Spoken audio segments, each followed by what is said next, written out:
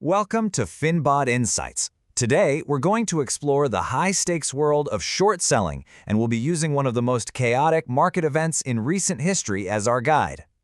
This quote captures the rather cynical logic used to appoint Joseph P. Kennedy as the very first chairman of the SEC. You see, before he became the nation's top regulator, Kennedy himself was a master stock manipulator, infamous for strategies like short selling that actually contributed to the 1929 market crash. That brings us to the core of our topic today, the allure of the short. So what exactly does it mean to be a short seller? Let's break down this strategy, the one Kennedy perfected, and examine why it remains so powerful and so perilous in today's market. At its heart, the concept is about betting against a stock.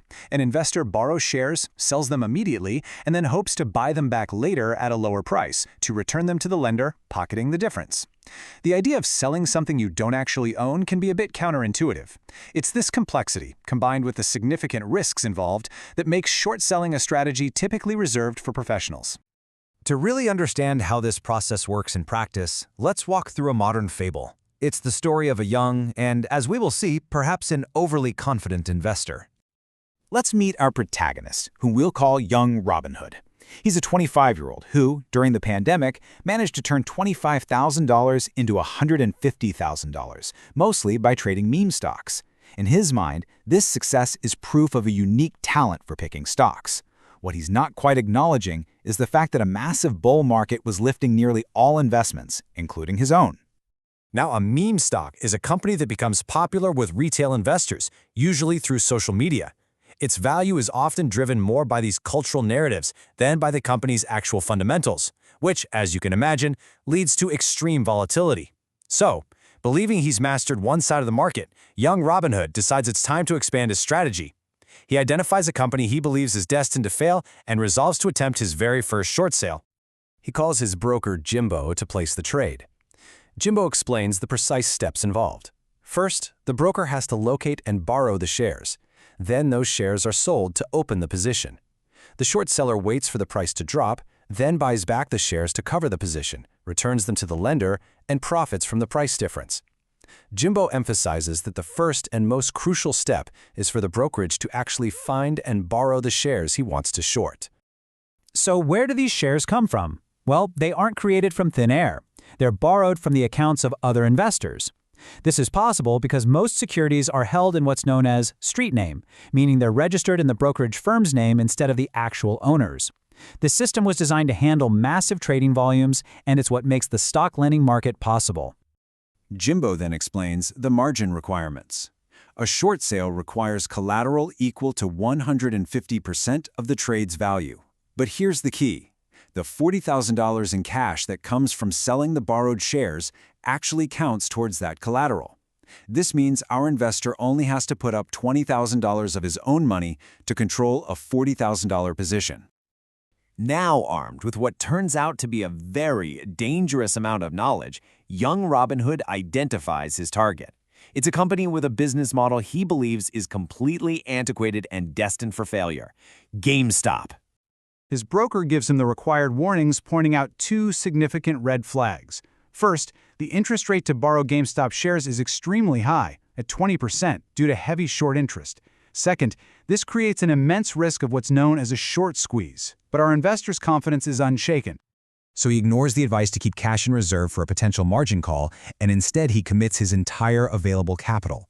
On January 14th, he uses $140,000 to establish a short position worth $280,000 in GameStop stock.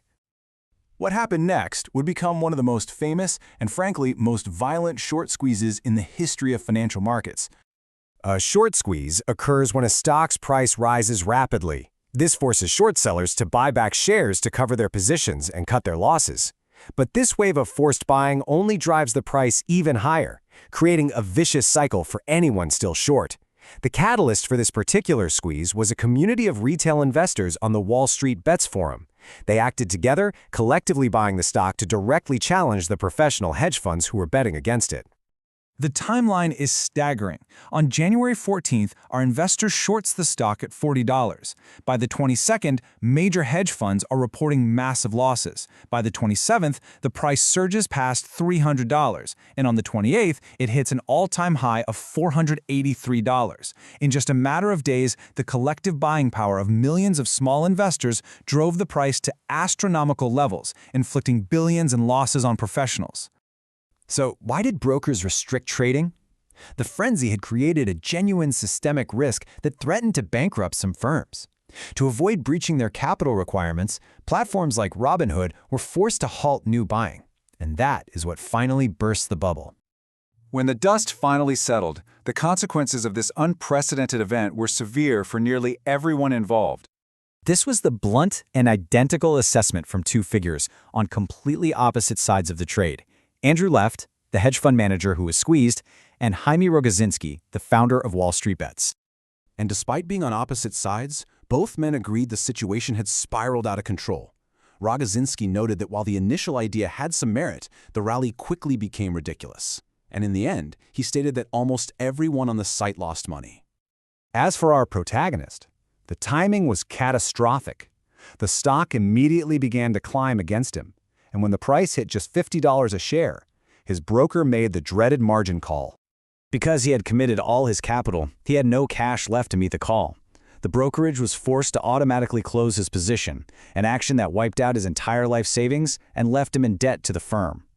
His story is a stark reminder of a brutal market lesson. Being right about a company's fundamentals is simply not enough. In the face of overwhelming market dynamics, poor timing and risk management can make any investment thesis completely irrelevant. Ultimately, this entire event leaves us with a critical question about modern markets. When collective belief in social media momentum can overpower traditional valuation metrics, what then is the true value of a company? This cautionary tale reveals just how complex and risky the modern market can be. If you found this analysis from Finbot Insights valuable, please click like and subscribe for more deep dives into the world of finance. Thank you for watching.